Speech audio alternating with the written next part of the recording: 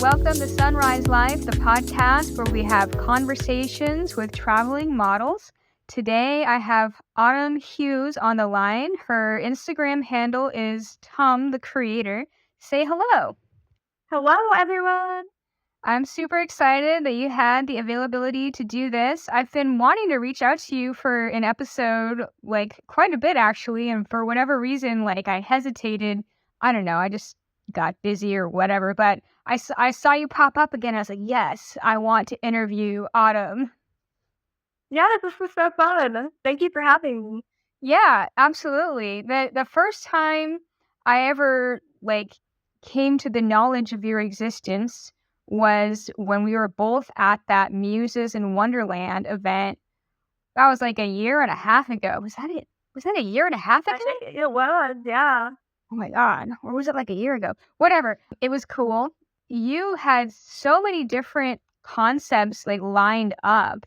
I think you were the only model there. You were body painting yourself and you had all this cool, unique sort of fantasy type concepts. And I was like, wow, you're so creative. This is so cool. Thank you. Yeah, I love doing a lot of conceptual art and cosplay in addition to the other genres that I do, but that's definitely the stuff that brings me the most joy.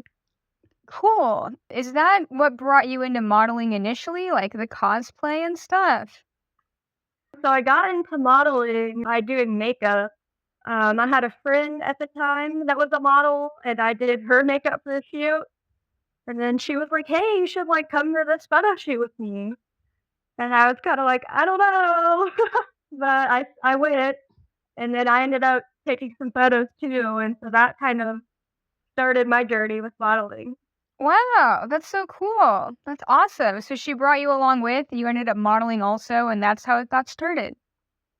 Yeah, I was so nervous the first time. I didn't know what to do with my hands or anything. Yeah, I think that we all have to go through that in the first stages. So, That was fun, and I stuck with it then, so it was worth it. how long ago was that when you got started? That was about 5 years ago. Wow, so was that right before the pandemic? Well, the first shoot I did was 2 years before that, so I did a handful of shoots, and then once the pandemic thing happened, that was around the time when I started doing it consistently. Right on. So are you also traveling for modeling right now also? I am, yeah. That's cool. Is modeling your main source of income these days? It is, yeah. I was a server at the time, which I hated being a server, but yeah, I eventually quit my job because it was going pretty well, and I've just been doing this and, of course, makeup ever since. Oh my God, that's awesome. I worked at a restaurant also before I went full time. And yeah, I feel like if you're a creative person, stuff putting bows in your hair while you work at the restaurant or just being eccentric in any kind of way is sort of frowned upon. I know, which is so boring. Yeah. Let me live. Yeah. I guess it depends on what restaurant you work at, but I definitely worked at a corporate one that was they wanted you to look like the girl next door or whatever. Yeah, I would still try to wear crazy makeup, but sometimes I couldn't. When I worked at retail, sometimes I could, but I still didn't really like that much either. Yeah, great. Right on. I'm happy that you got out of that as well because when you're in it, it just feels like there's not very much room for moving up or fulfillment, you know? Mhm. Right on. So, have you ever thought of going into other careers as well, or is right now modeling your main focus? Modeling is my main focus right now. I do have some other things that I would like to do, I do hand paint, body paint and stuff like that right now, but I would like to eventually learn how to do airbrush so that I can do full body paints and do them within a good time frame because it just takes so long to hand paint stuff. That's so cool. That's amazing. So you started in makeup. Did you like go to school for makeup? Oh, no, I've always just really liked makeup, and then I had a friend from college that started her own face paint business, and she knew that I liked makeup and stuff, so she asked me if I wanted to work for her face paint company, and I was like, "Yeah, sure," and so I worked for her for, like, 2.5 years doing that, so that started me into the face paint thing, so now I just combine the makeup and the face paint. Oh, that's cool. So you've already been kind of like steering yourself into a creative niche, and the modeling was just a natural addition to your creativity. So cool. Mhm, yeah. When I first started modeling, I was mostly doing it, like, for fun to get cool pictures of makeup that I was doing, and then I just loved it so much that it turned into a career. That's rad. So, with it being your full-time job, as a lot of us models like also have to deal with, you come into it with all your passion and like the concepts that you like and sometimes the photographers that you work with are also passionate about the same ideas that you're passionate about. But oftentimes I find that photographers that want to hire you have their own ideas that are not like sort of in your like interest or vibe. Like what is your experience with that kind of work? And do you have like a policy for yourself about certain types of modeling that you just won't do? So I do most kinds of modeling. I do glamour, I do nude and implied and swimwear and all of that, which is fine. I just kind of use that for fun, my bigger, like, conceptual art projects, because I do need a bigger budget for those. So, yeah, pretty much. I like doing all of it, but the conceptual art will always be my favorite. That's awesome. Because when I look at your images, I do see a lot of like beautiful photos, and a lot of it does seem to have that sort of creative edge to it. Like I feel like a lot of your work has something different and unique about it that like you know screams you. But I also know that when we're posting photos, we're posting the photos that we like, which are often like the tip of the iceberg of the photos that are all over the internet or whatever we've been Oh my like gosh, yeah. exposed to or whatever. I hate seeing, like, pictures I hate of myself online, but that's just part of it. Yeah. Yeah, have you ever Googled yourself? I have before. Nothing that interesting came up. Maybe one day I'll be in a huge publication or something, and that will be the first thing that pops up. Oh my god. I haven't Googled myself in a long time, but it's usually, like, photos that were taken at a workshop by a photographer that, like, just put everything on Imgur or something where, like, the images, whatever, got, like, tons of clicks across various websites and somehow ended up at the top of Google search, and you're like, "Whoa, I don't remember this shoot very well, but now it's at the top of Google." That's so funny. Yeah. So with your cosplay, do you have a character that you like to portray often? So I have done the Joker quite a few times and the Mad Hatter quite a few times. So those are definitely my 2 most frequent ones, and I like to, like, try and change it, like, do a different version of the Joker or, like, just change something about it every time to make it different and new. It's cool. And so do you go to any conventions that are kind of cosplay oriented? So I did go to one in Vegas that was last year. That was called Cosplay Expo, and it was, like, the first year they've done it, so it was kind of on the smaller side. And that's I've been to, like, a horror con before, which was really fun, but I definitely would like to go to more. I need to put more on my radar because I just would love to go and meet some of my favorite actors and dress up and find other friends who like to cosplay. Because in my friend group, I'm, like, the only one who really does cosplay, so I usually have to go to stuff like that by myself. Aw. Yeah, that's a bummer. I don't have a very much experience with cosplay myself. Like, I've dressed up at photo shoots occasionally, like when the photographer provided the outfit, but that seems to require a lot of like artistry on your own, like coming up with your own outfits. Do you like put your whole outfit together and like sew it and stuff?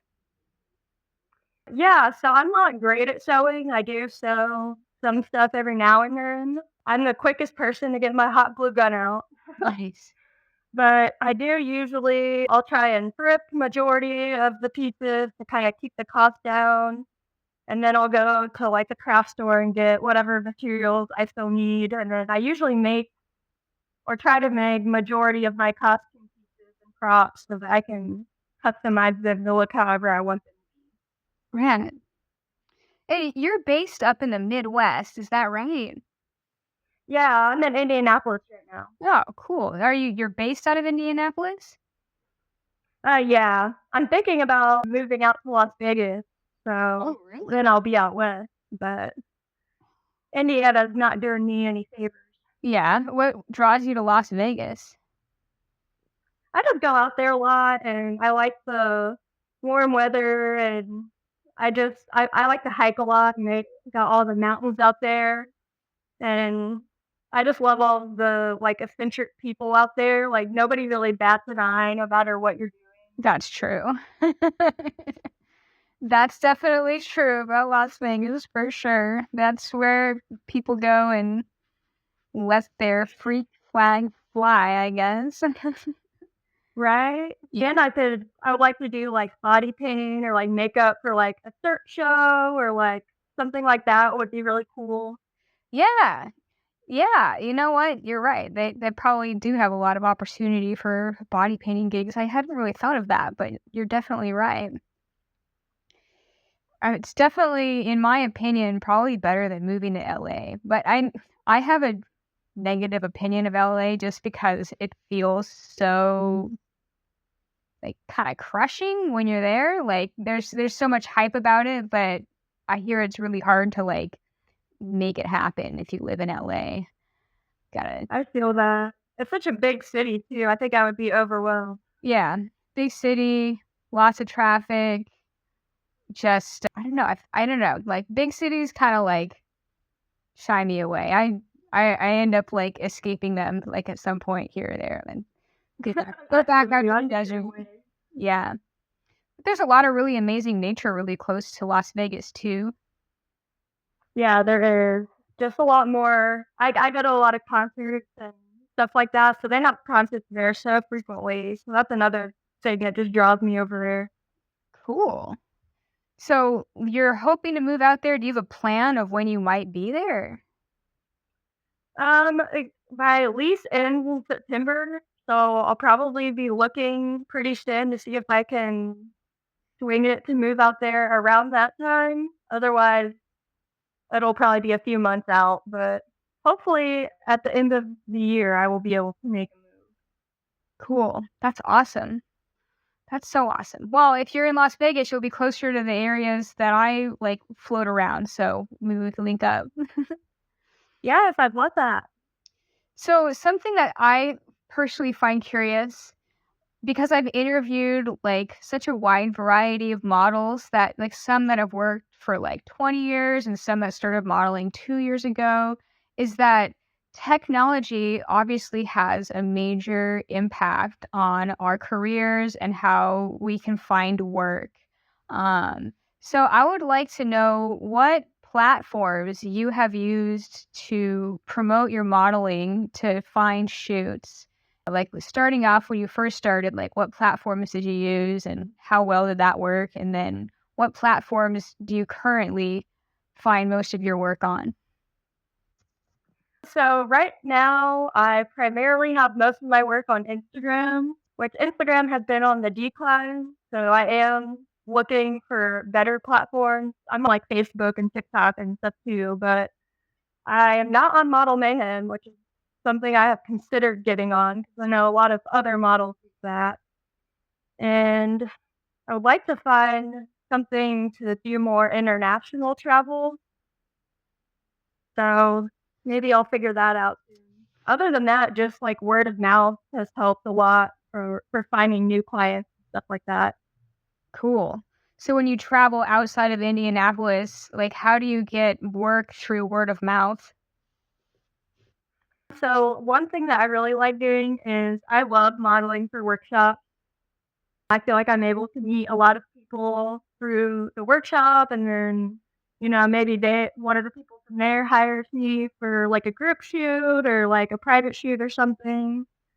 Um, or just like other models sometimes will recommend me like, "Hey, I worked with this person and I think that, your style of work would be really neat for what they do." So I'll like reach out to them, see if we can set something up. Cool. Yeah, I'm finding that a lot of people today, Instagram is it, which is very frustrating because of how Instagram has changed with what they allow over the last few years. Yeah. Very frustrating.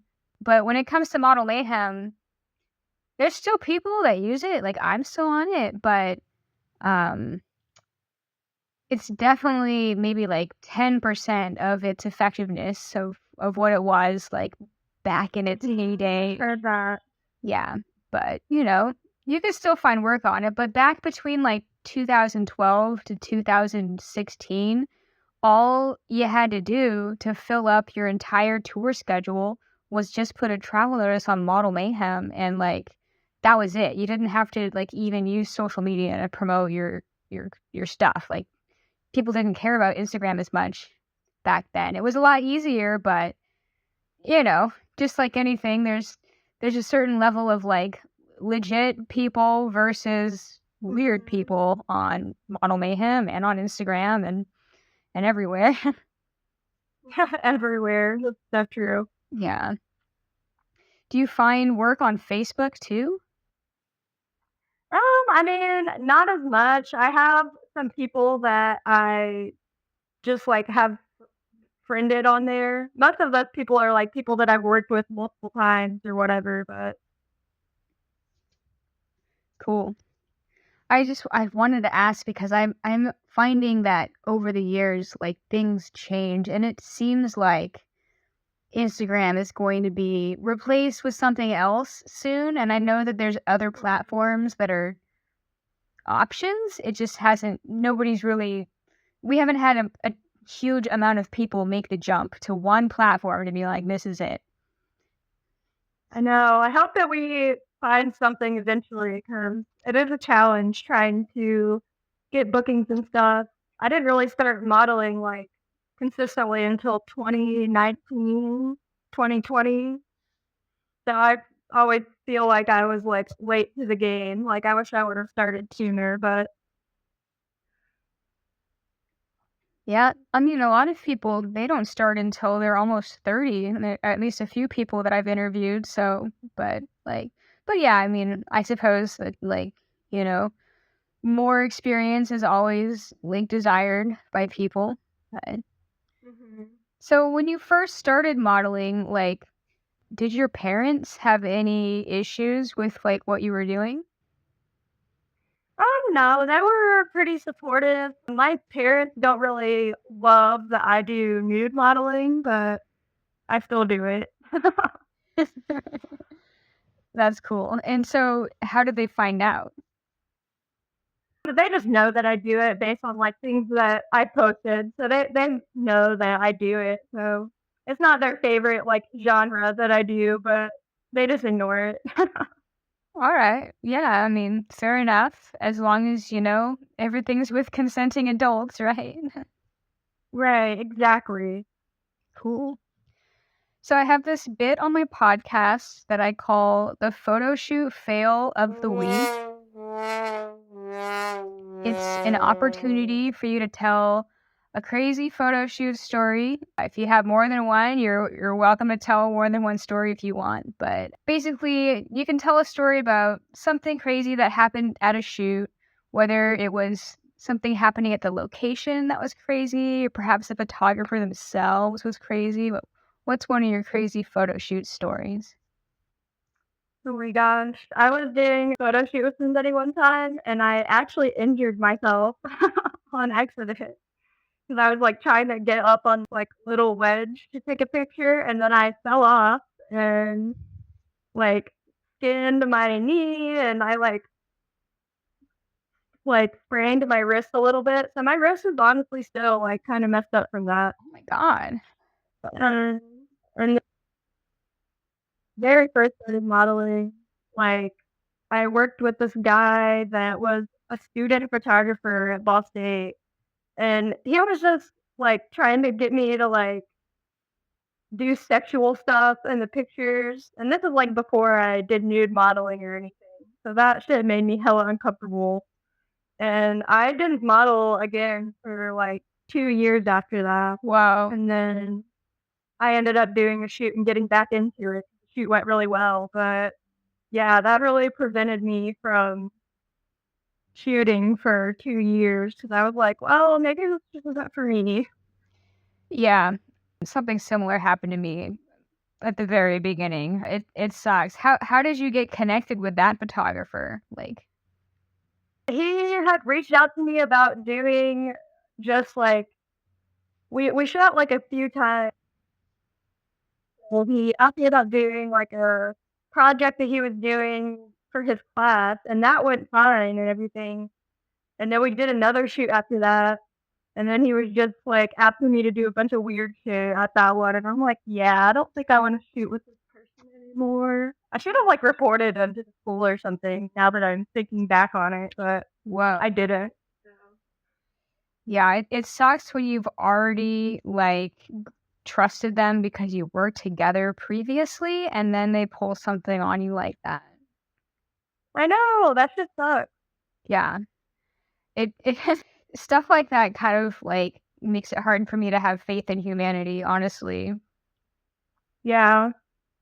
I always tell, like, newer moms, "I need an escort. I'll go with you," like Yeah.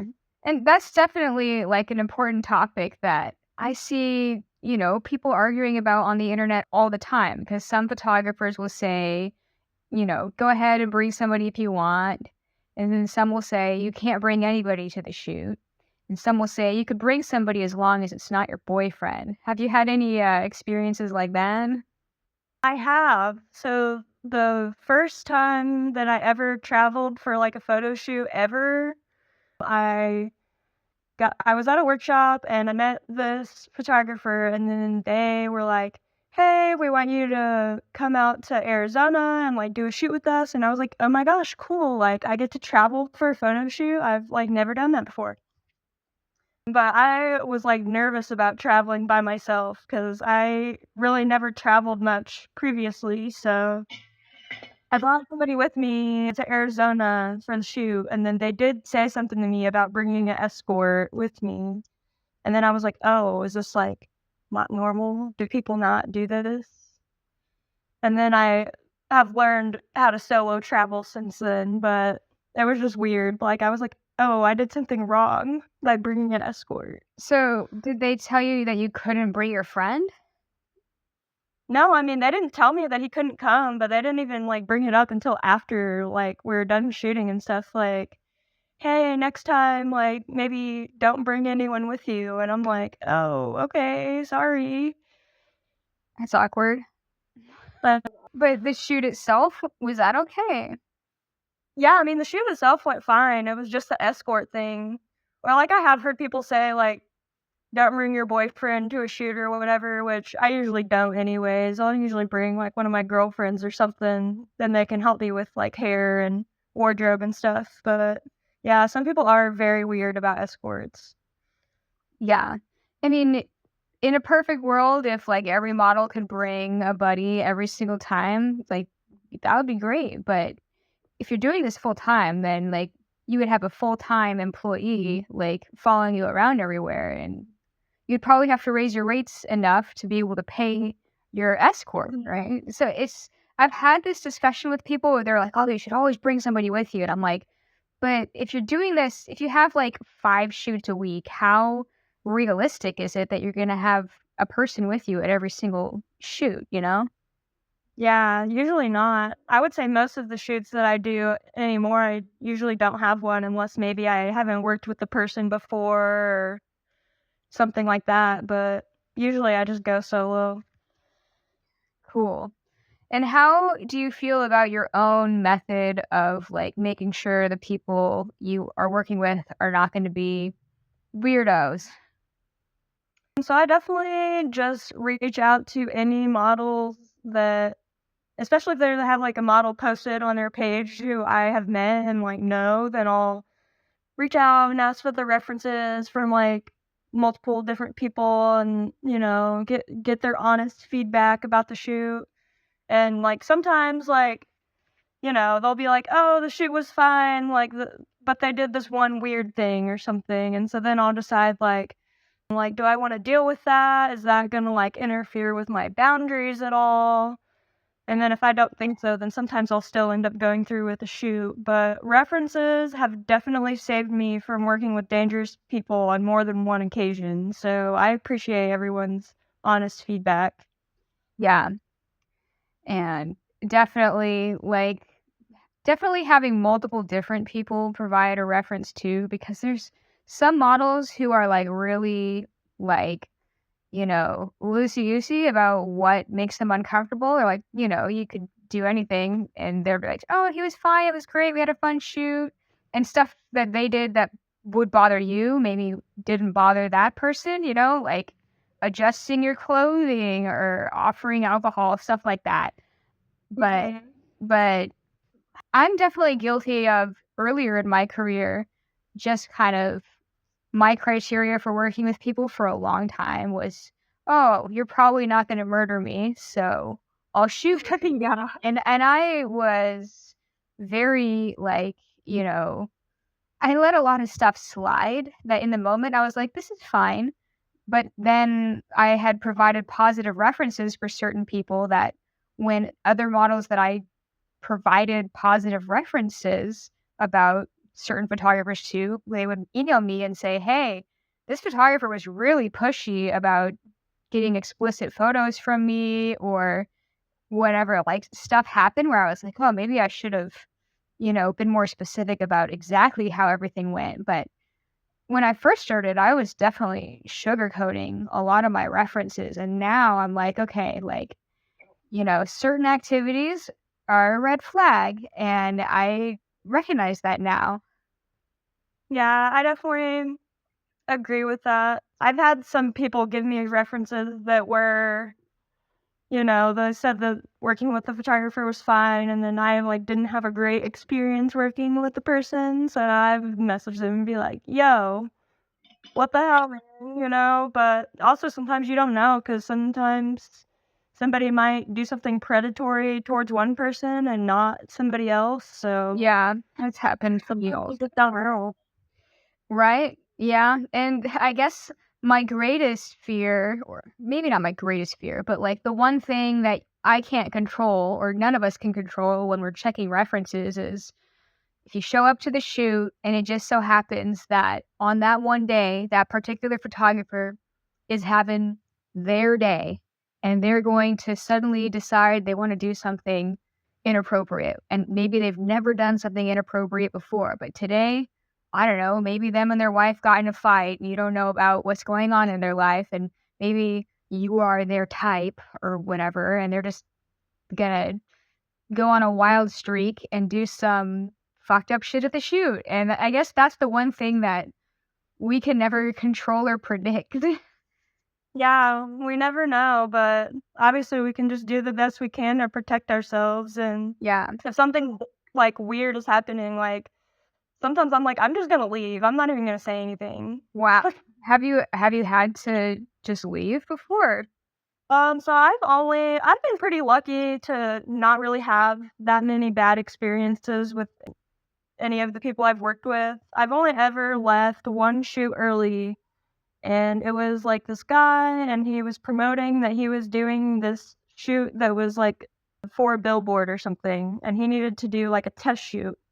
And so I'm like, okay, test shoot. And it was like the test shoot was unpaid. And I'm like, okay, well, maybe for the billboard. So I still go to the shoot. And I think that he was just lying about it being for a billboard, like altogether. And he was just being weird and like just saying weird stuff. And I don't know, like, the vibes were off, so Yeah. I left after, like, 45 minutes, and I was supposed to be there for, like, 2 hours, but I just, like, dipped out. I was just Wow. like I mean, if you weren't getting paid, then, you don't really have anything to lose. yeah, I was just like, "Dude, I'm not doing this. I gotta go." Wow. Well, good for you. That's good to hear. Sometimes though, like, and this has come up on the podcast a good handful of times. Like, if you haven't been paid at the beginning of the shoot and the photographer's getting weird or the vibes are off, then a lot of us are just kind of like holding on to get to the end of the shoot to the part where we get paid so we can get the hell out of there. That's understandable for sure. Yeah. It's kind of a weird dynamic. It's kind of a weird power dynamic. But I mean, just like you said, most of my experiences are good also. But it's good to talk about the ones that are potentially dangerous because there's nobody else keeping us safe except for ourselves, keeping each other safe, really. Like, we don't have insurance for our shoots, we're just in the Wild West right now. I know, right? Yeah. So, do you have any friends or like acquaintances from your hometown in Indianapolis that like outside of your creative circle, like friends from school or maybe your past work that like know about your modeling and maybe have some opinions about it? Yeah, most of my friends are actually very supportive of my art and even just people in my hometown. Like, I've had people that I've met maybe a couple times, like, out at, like, a show or something, and then, they'll see me at the show and they'll come over and they'll have, like, my profile pulled up on their phone, and they're like, "Oh my gosh, like, I just love your photography, like, this is so cool." I just love having experiences like that because I don't know. I think sometimes as artists, like, we're so, like, hard on ourselves and we feel like our art's not really getting the reach that we want. But, like, I do think that people see it sometimes and they just don't always, like, say that they're inspired by it or that they love it. But I think that we reach more people than we really think that we do. Right on. Yeah. That's good. I mean, I'm glad to hear that you don't have like conflict. I only asked that because I don't know anything about Indianapolis except that it's in the Midwest. And I know that, certain areas out there might be a little bit more like, judgmental about having like pictures of yourself on the internet. But it's good to hear that most of your friends are very supportive and enjoy seeing your photos online.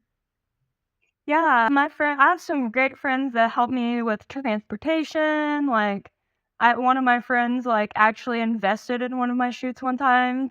She like gave me like $120 to put towards my concept because I was showing it to her and she just like loved it so much that she invested in part of it. So I really appreciated that like so much.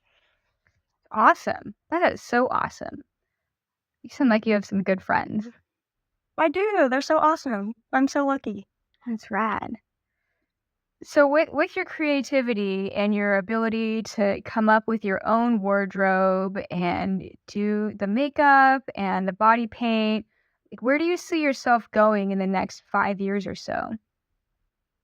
I just really want to keep doing like bigger and bigger projects. So obviously learning airbrushes on my list. I would love to I make my own props and costumes right now, but I want to get better at like maybe sewing, or they have this thing that people refer to as foam smithing. So they use EVA foam and they'd make like, you can make full armor out of it or like really anything. So I would like to learn how to do that better so that I can make full body costumes and stuff like that.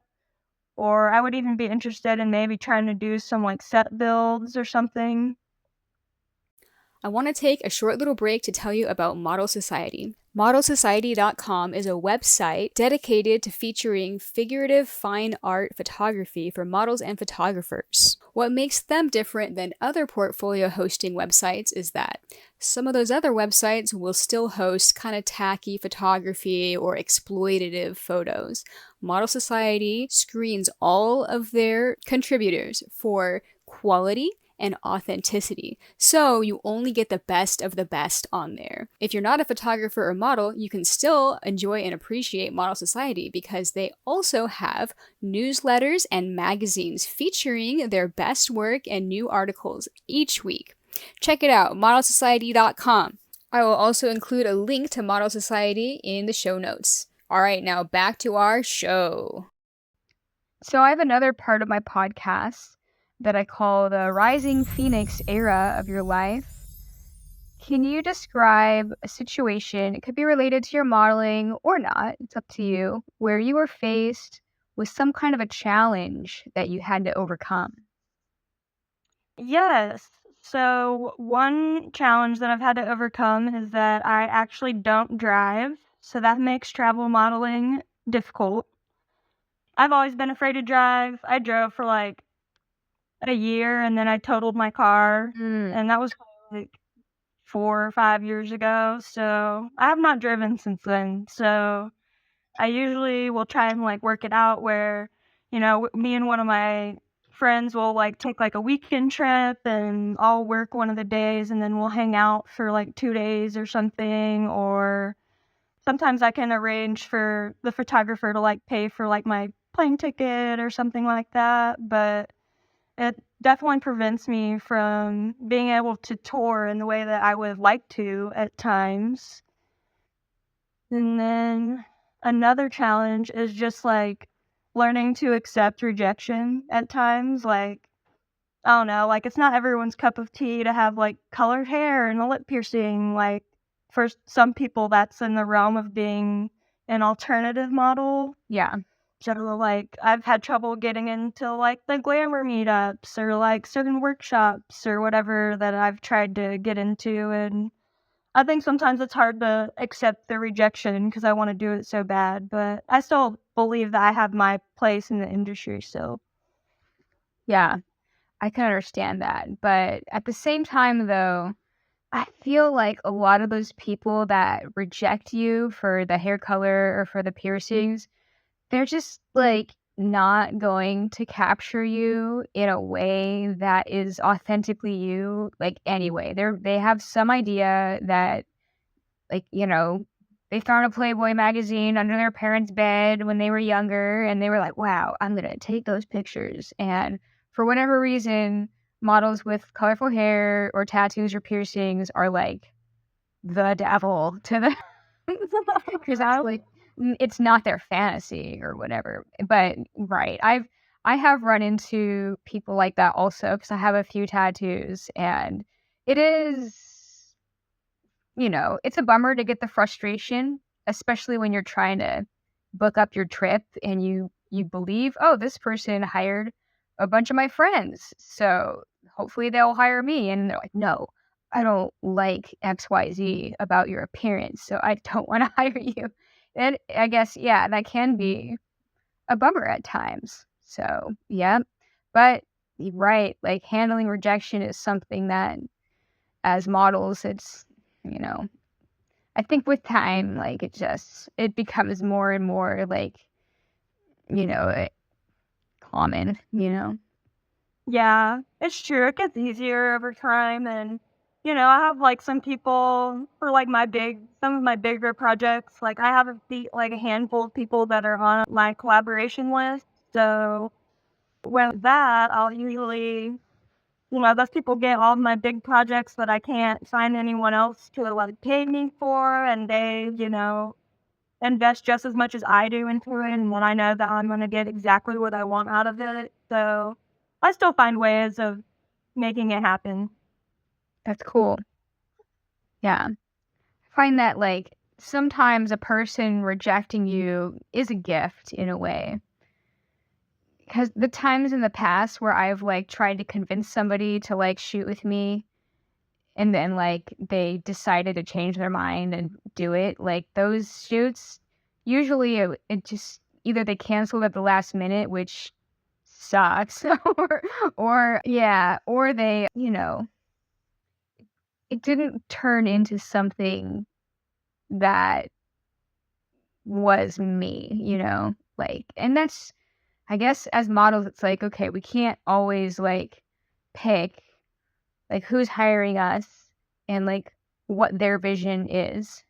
Because sometimes like their vision and like the lighting that they want to use or like the outfits that they want to use, it's just not you, or like it doesn't like vibe with you or whatever, which, you know, sucks, but like we have to, do our best to make it work. But I've definitely had shoots where like, hey man, this is not like jiving. I know, there's definitely been, like, outfits that I've had to wear, and I'm like, "I feel like I'm wearing a costume." Yeah. Like, I feel goofy right now, but it's okay. Is there like an outfit or a style of outfit where you're just like, no, I'm not going to do that again? Most things I'll generally do, it just makes me feel funny when it's just, like, so out of, like, my personal style. Like, I had to do a shoot one time, and it was, like, me standing next to, like, a cornfield and, like, a summer dress with, like, a straw hat on, and I was like, "This is, like, the most Midwest thing that I've ever done in my life." Yeah, I can visualize it. I can definitely visualize it. Like, it's giving from Indiana for sure. Right. Yeah. But then when you add the colorful hair and the piercings, it doesn't like I'm putting it all together and it feels forced, Yeah, and I'm just like, "Oh my gosh, I feel like such a poser right now." So how often do you change your hair color?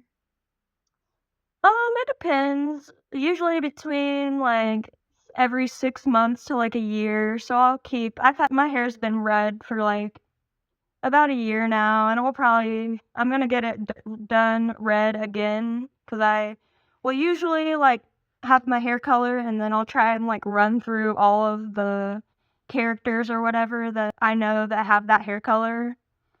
So I still have some redhead characters that I would like to do, like Pennywise is still one that I haven't done. Ooh. Gamora from Guardians of the Galaxy, I'm gonna do her, and I'm sure there's a few other ones that I'm not thinking of right now, but I'll go ahead and try and knock those out, and then I don't know what my next hair color will be after that. Like when I met you, your hair was like black with red highlights in it. I really thought that was cool. I've had green, I've had blue, I've had red, I've had teal. I tried purple, but that didn't really stay in my hair very well. It kinda just turned blue. Oh. I had, like, magenta pink for a while, which I didn't really like that one that much. So do you have people in your inbox asking like what your current hair color is? I do, yeah. Usually if I'm going to, like, a workshop or something, I will send, like, a current photo and be like, "My hair is current hair color is red," or, like, if I'm gonna change it, I'm like, "Oh, it's gonna be green," or whatever, like red has been the most popular hair color that I've had, though. Cool. Yeah, I can see that. I mean, I think it looks really good. Right on. So let's see. I'm trying to come up with another question. Is there anything that you wanted to bring up on the podcast? I don't know. I feel like I'm starting to kind of network more with other models, and that feels really nice because I don't really, like, interact with very many models, like, here in my hometown, so it just feels nice to, like, be able to talk with other people who do what we do and would like to just make more friendships in that area because it's so like, I learn so much from everyone that I meet. Yeah. People who've been doing this for longer than I have. Yeah, and that's true. And because of social media, it's really empowered us to like group together in our private chats and private Facebook groups. Yeah, it's such a good resource, and I just love, like, everybody being a girl's girl, like, it's just such a good feeling. Yeah. Yeah, and it wasn't until I was invited to my first models only Facebook secret group that's when I feel like my career really started to like work out a lot better because I felt support. I was able to get, you know, contacts for shoots in other cities that I hadn't been to yet without just shooting in the dark on Model Mayhem. And yeah, and there's definitely like a camaraderie of being in those groups together where we have more of a sense of the safety of each other. So if particular photographer is a dick bag, then we all kind of band together and we say, "Oh, we're not going to work with that guy." Yeah, that's, like, the only way that we can really make the industry better Yeah, for ourselves. without all of us like coming up with some kind of a freelance models union of some kind, which I have heard of other models talking about wanting to get a union going where we have health insurance or like liability insurance and we all like, pay into it kind of like a union where if something happens to us on the job, then that can be covered. And then obviously, like things like if something happens to us where legal actions need to be made, then we have protection through the union, which would be nice. But until something like that ever happens, us just keeping care of each other with what we're doing with these private groups, that's our best asset right now. Yeah, for sure. It's just such a great resource. I love that I have that now because that was something I didn't really have 4 years ago. I was just, like, winging it and learning as I go. In a lot of ways, I still am learning as I go, but Yeah. What other cities would you like to go to in the next few years? ooh, I have not made it out to New York City yet. I have had some people reach out to me, but the thought of going to New York alone is so overwhelming that I just have not done it. So, Yeah. New York is definitely on my list. I've been to Arizona, but I just love going out to Arizona, so I would definitely go back there. There's a lot of places, like, in the DMV that I have not ever been to. Um, yeah, or Florida maybe. I've really never really done many shoots out in Florida. Yeah, I've had a hard time like booking a decent amount of work in Florida, but Florida has a lot of beautiful nature. Yeah, it does. And I would love to do more international shoots. I have only done one. I went to Antigua last year, and it was just so beautiful. It was such a great experience, and now I'm like and it was the first time I ever used my passport ever, so Wow. it just was so cool. I was like, "Oh my gosh, I wanna use my passport more." That's awesome. Yeah. I mean, international travel is definitely fun. Sometimes, sometimes there's some anxiety involved, but I would say for getting paying bookings, like Europe or Australia are probably the two best international places to try going to. I would love to go out to Europe. I've heard really great things about some of the, like, shooting out there and stuff. When it comes to New York, though, like, I guess the benefit of not having a car is that New York has probably got the best public transportation system in the whole US. So whenever I go there, that's like the only city that I don't try to rent a car in because you wouldn't really be able to, get around with your car very easily anyway. The traffic is so bad that just most people don't want to drive. They want to take the subway. That's true. Never taken the subway before, so that would be an experience. Yeah. Do you take the bus? I've taken the bus a few times, not regularly. Depending on the city, I usually just like Uber, but Yeah. sometimes, like if I'm like in Denver, I'll take the train. Cool.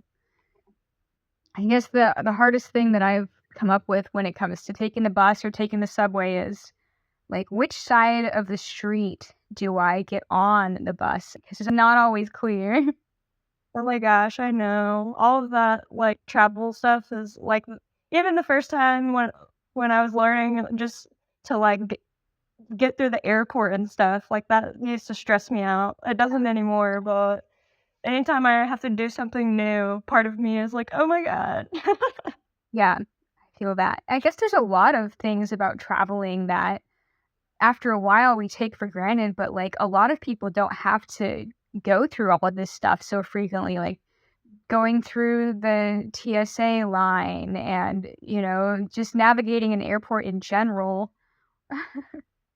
Oh my gosh, it's always so funny because, like, sometimes if I'm traveling and I'm doing, like, a cosplay shoot or something, like, some of that stuff is hard to pack, so sometimes I'll just, like, bring it as, like, my carry-on item, like, last time when I went to Hawaii, I had this big, like, hammer with me, like, plastic, but TSA just has a heyday with that shit. They're like, "What is this? Is this a bomb?" And I'm like, "No, it's literally foam." Oh my god. That's I don't have any weapons.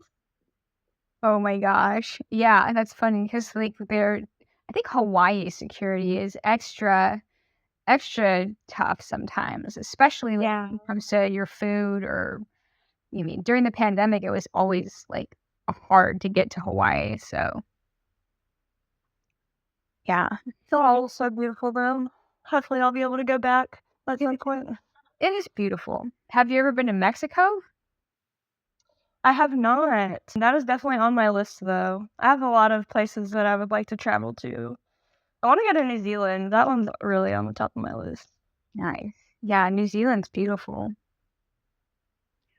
When I was getting into traveling, modeling in the beginning, I couldn't rent cars either. So I feel your pain on that. It is an extra logistical challenge. But what I did was I would either take Uber or occasionally the bus, but I preferred not to take the bus. Or I would offer photographers a discount if they could, like, pick me up or like drop me off. I've done that lots of times. Yeah. Give them a discount to pick me up, or I've been lucky to I've had, like, a few people actually just travel to me, and I'm like, "Oh my gosh, like, if you can travel to me, I will definitely give you a discount because that's so much easier for me." Yeah. Do you get an Airbnb sometimes when you're traveling like that? Yeah, I'll usually do an Airbnb, sometimes a hotel, but I do prefer to do Airbnb if I can because I feel like they're usually cuter and more private. Yeah, totally. Totally. So when you did schooling earlier in your life, did you have like an idea of what you wanted to be like when you grew up or whatever? Like were you pursuing any particular college degree, career path? Yeah, so when I first started college, I was an English major. I wanted to be like an editor, or I did a lot of like creative writing back then, so I thought maybe I would, write a book or something one day. And then I had a professor that I could not stand, and I changed my major to sociology, which is what I ended up getting my degree in. But then I just like learning the stuff was like really interesting. Like I learned a lot, but I couldn't find any careers that were really like calling my name. Like, I was like, "Yeah, like, I don't know," like, I just kinda felt like I was, like, wasting my degree, and then I started modeling after that, and then I was like, "Okay, maybe I just should just be an artist," and that's what I've been doing ever since, so, really, the career discovered me more than anything. That's cool. Did you feel like you had societal pressure to be doing college or like pressure from your parents? Yeah, I mean, I just always felt like that was, like, the thing that, that's the next step that you're supposed to do, and I did it, but it just never felt, like, right. I don't know, I could never figure out anything that I wanted to do until I started modeling, and then I was like, "Oh my gosh, this makes me so happy. Awesome. I should just be doing creative stuff all the time." Heck yeah, that's so awesome. I mean, that's how it feels for me too. I'm just like, this is where I want to be. But over time, like the older you get, people continue to say, "Oh, this is a limited career. Like you can't do this past a certain age." But I know. I think I that's hate when people say that. I don't think that's true anymore though. I think that maybe in the 80s and 90s that was true. Like nobody wanted to utilize a older model for like catalog campaign or whatever, but today you see so much more diversity in like advertising and stuff. Yeah, I definitely agree with that. Like, I think even, like, if I end up, retiring from model at some point, I'll still be, like, in the creative industry. Like, I could still see myself, like, styling shoots for other models or, still doing makeup. I would love to do makeup for, like, a movie set or something like that eventually, or continue to, like, make props or something. So I think even if I retire, I'll still be in the industry in, like, some capacity. Yeah, totally. And I think that that's just the way to be anyway. Like committing to creative life when you know that this is where you feel like the happiest, I think is the best decision. Mhm. Yeah, I could, like, definitely see myself, like, even, like, coaching models or, like, hosting models, like, once I'm older and maybe I'm not doing it anymore, like, I would still like to keep in touch with it somehow. Awesome. That's so cool. Do you have any upcoming trips that you would like to market to the audience in case you're trying to book shoots in upcoming cities? Yeah, I'm going to Vegas at the end of this month for David Massey's workshop, so I'll be there, like, the 26th through 29th, and then I'll be in Chicago the weekend of May 11th. I have a workshop that I'm doing, but I'll have some other time outside of that. Or I could always stay longer if I book shoots like past the weekend or whatever. Cool. And then let's see, I'll be out in upstate New York again for the Muse event in May, so I'll be up in that area. Rad. Awesome. Cool. Well, thank you so much for taking the time to do this podcast with me. I'm really hoping that your career flourishes and that you get the airbrush machine and that everything just comes together.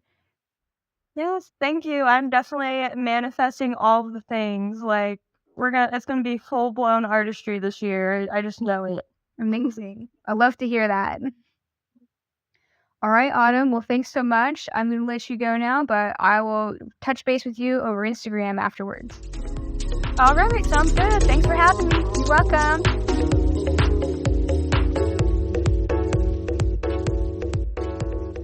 I just wanted to thank you so much from the bottom of my heart for listening to the Sunrise Life podcast. I am so grateful every time somebody comments or sends me a DM saying that they love the show. If you would like to help other people find out about the Sunrise Life podcast, it would be immensely helpful if you could subscribe on whatever platform that you regularly listen to Sunrise Life on. And if you could leave a rating, that would make me smile so hard. Thanks for listening, and here's back to your regularly scheduled show.